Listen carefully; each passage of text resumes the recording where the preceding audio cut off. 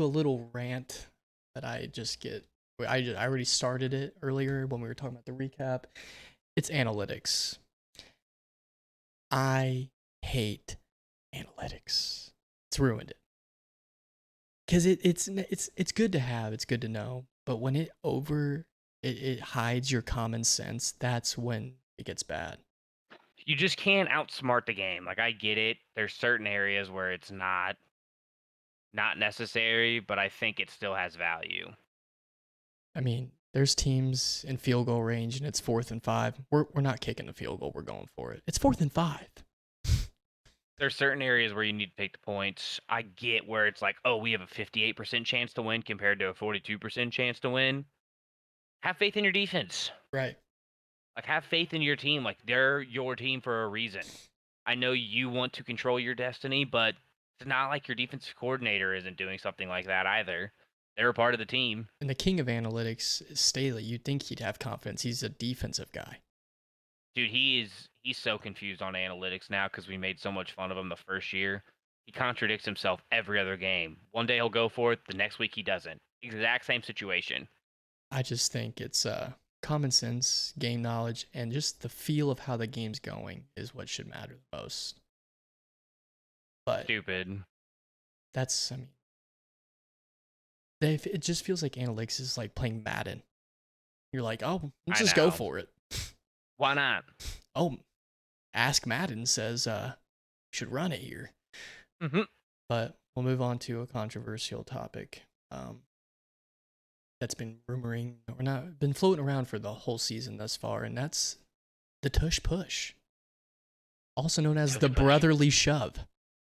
I gotta say, I don't like this play, even though Jalen Hurts is my quarterback in three fantasy leagues. Well, we're about to contradict each other.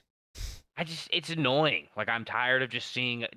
He doesn't even need people though. Like, it's different. See, it's not even the Tush push at that point. It's just a quarterback sneak.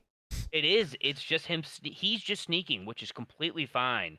But when you've got people like Daniel Jones, did you see that both of the up backs? It's getting ready to be talked I mean, about. they both got hurt. Like, it's not like I'm against it for a safety reason. It's just a dumb play. Like, the controversial thing was it only works when you have an elite running quarterback who's a unit like Jalen Hurts. Anthony Richardson would be awesome in it. The thing that's got really hyped up about you, if you saw Richard Sherman, he was talking about how overpowered it is. I don't think it's overpowered. I don't think it's overpowered. The best line. Yeah, I think the Eagles are just effective at doing it. They have the strongest quarterback. They've got the toughest center. They may not be the best offensive line right now, but they are probably the biggest. I mean, Mayada at left tackle is a literal mammoth. He's like 6'9", 360. You got the best center in the league. You've got a great guard. You got a great right tackle. I mean, they're just a good team. The thing is, what I was saying is, you can't call it overpowered if not everybody can do it. Exactly. Like, it's the Chargers. They're built for it. They didn't get it. Again, Herbert, skinny frame. He's not a thick dude who can move a pile. Teams are still electing to use their running back on 4th and 1 instead of the tush push. So it can't be that overpowered, or everybody would be doing it. Colts have an alien at quarterback with the old Eagles offensive coordinator as their head coach, and they don't do it. I think they might eventually. I just don't think they want him to get hurt yet. Mac Jones epically failed at it.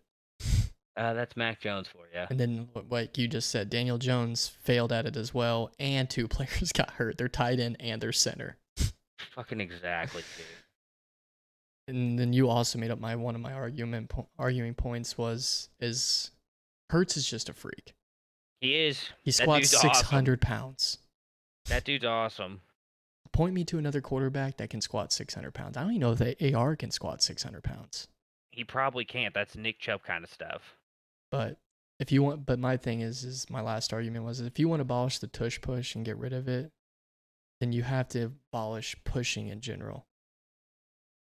Because I hate seeing when the running back gets stopped, forward progress, and here comes the lineman, and they're pushing him 10 yards. I'm like, how is this fair?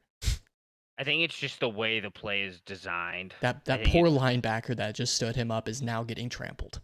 Yeah. But yeah, I don't have a problem with it. I mean, there's got to be a way to stop it. I mean, they're the only team that can't get stopped doing it. Yeah, I agree. Someone's point was, don't let him get to 3rd and 1. Exactly. And then, so real last quick thing is, we're at the Colts game and there's a guy standing in front of me. It's 1st and 5 on like the 6 or 5 yard line, and he's screaming, 4 straight tush pushes. They're probably gonna fucking score. And he's like, if this was the Eagles, that's what they would do. I'm like, I don't know if it's exactly what they would do, but I mean, Jalen Hurts would be running the football. That he would. It's the only thing screwing me with DeAndre Swift as my running back in fantasy.